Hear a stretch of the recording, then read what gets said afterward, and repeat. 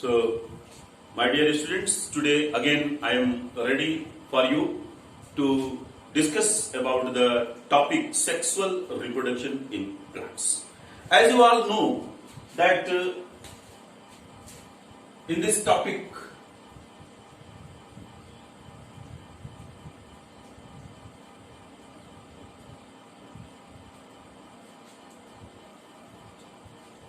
if you see a typical structure of flower, typical structure means we are selecting any flower which is bisexual in nature, no?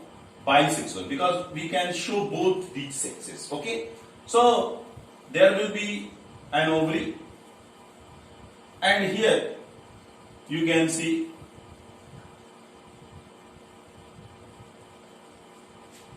this filamentous structure. I am basically I am only taking the names of these two because we are having only concern with these two. Therefore, this is androecium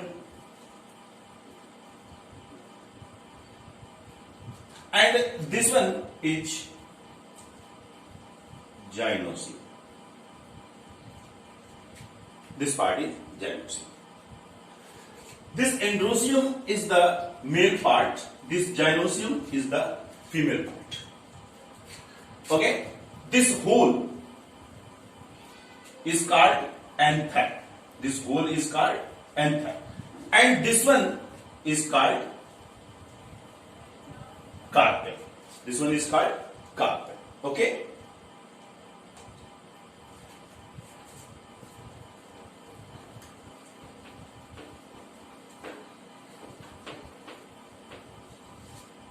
So now we are going to study about the microspores.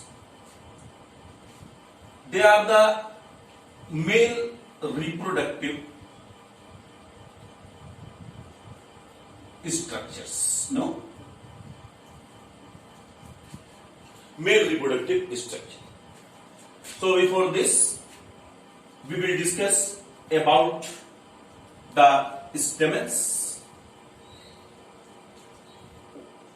One stamen consists a bilobed structure at the top and a filament at the base. This bilobed structure is known as anther, or you can say it androecium. Okay? Each androecium is, if we cut it in a transverse section,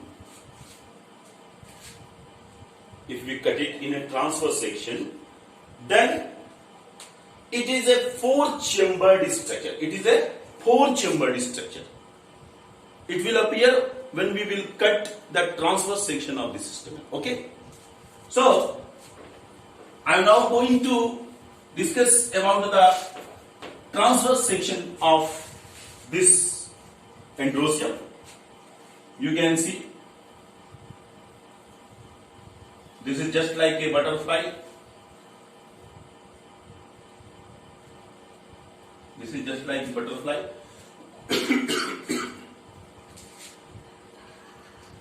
There are three layers.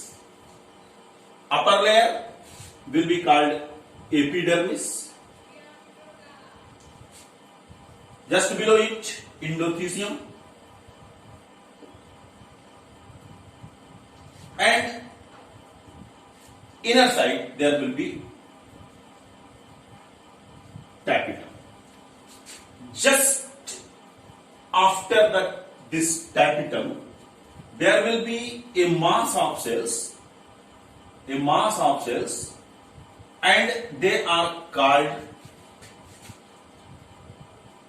microspore, mother cell, or you can say sporogenous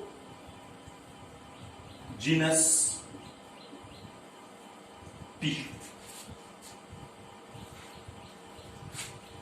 In this transverse section,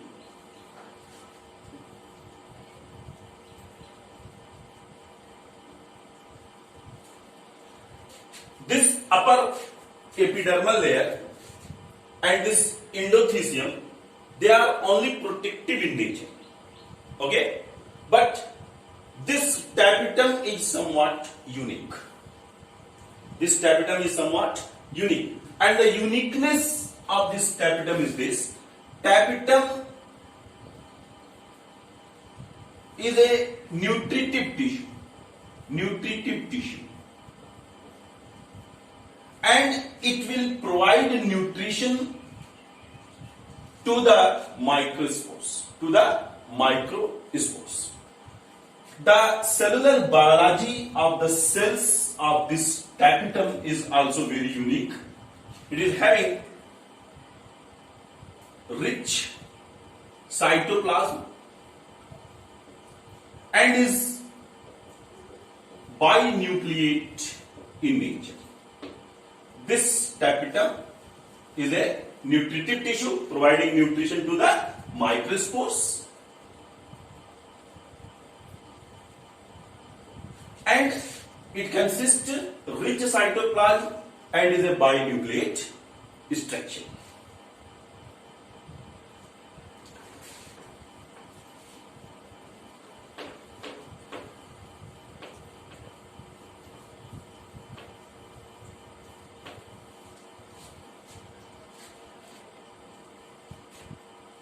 Sporogenous cells are diploid in nature, which undergo meiosis, and by this meiosis, 4 cells, you can say pollen, you can say microspore, are being produced. These 4 cells are arranged in the form of tetrad. See, this is a tetrad.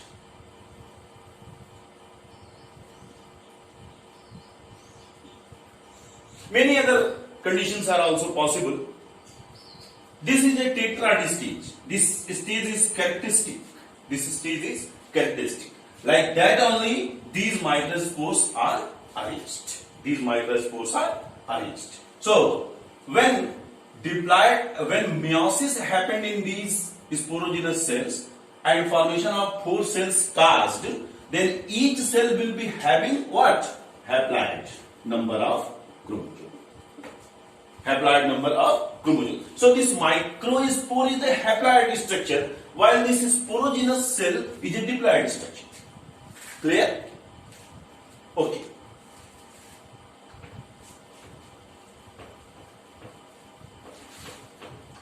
Now we are going to see the structure of a pollen grain. A pollen grain. Each pollen grain is a spherical structure having 2 layers. Upper layer is known as exine and the lower layer is known as intine. This exine is made up of sporopollenin. This sporopollenin is the most resistant organic material known. Okay, so this exine is made up of sporopollenin. This is meant for protection of this pollen grain in adverse condition.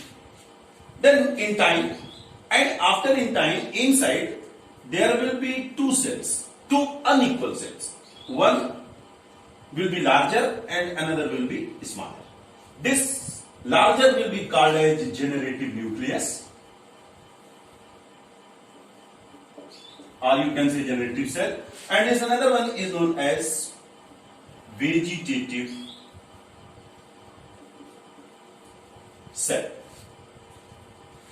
When pollen grains are being shed,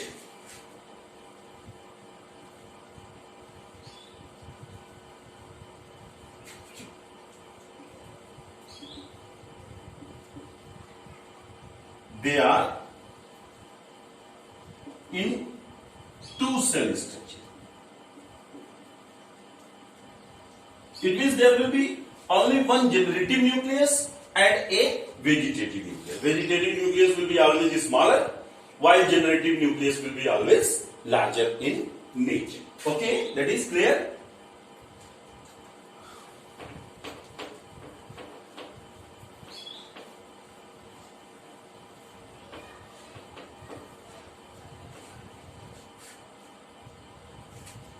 This upper exine,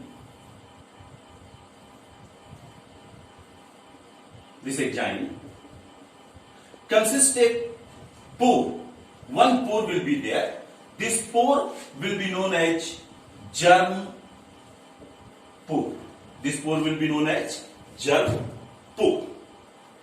Now, when there will be a mitotic division, in the mitotic division there will be no change in the number of chromosome, you know. Okay? So, when mitotic division took place in this generative nucleus, okay, then it will be divided into two male gametes and another this vegetative nucleus.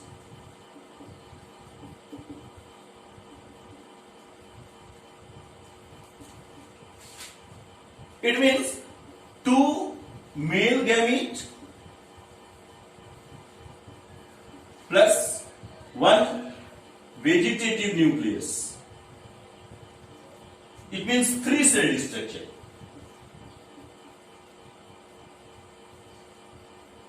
This three-cell structure appears when they are coming on the stigma during the process of pollination. In the pollination, there will be transfer of this pollen grain from the male part of the flower to the stigma of the female part. This is known as pollination. I will discuss you later about this pollination. When these pollen grains are reaching on the stigma, at the same time, stigma secretes some mucilaginous materials. By absorbing this mucilaginous material, this exine burst in time comes out in the form of a tube, like that. In time will burst and exine will come out in the form of tube. By this germ pore.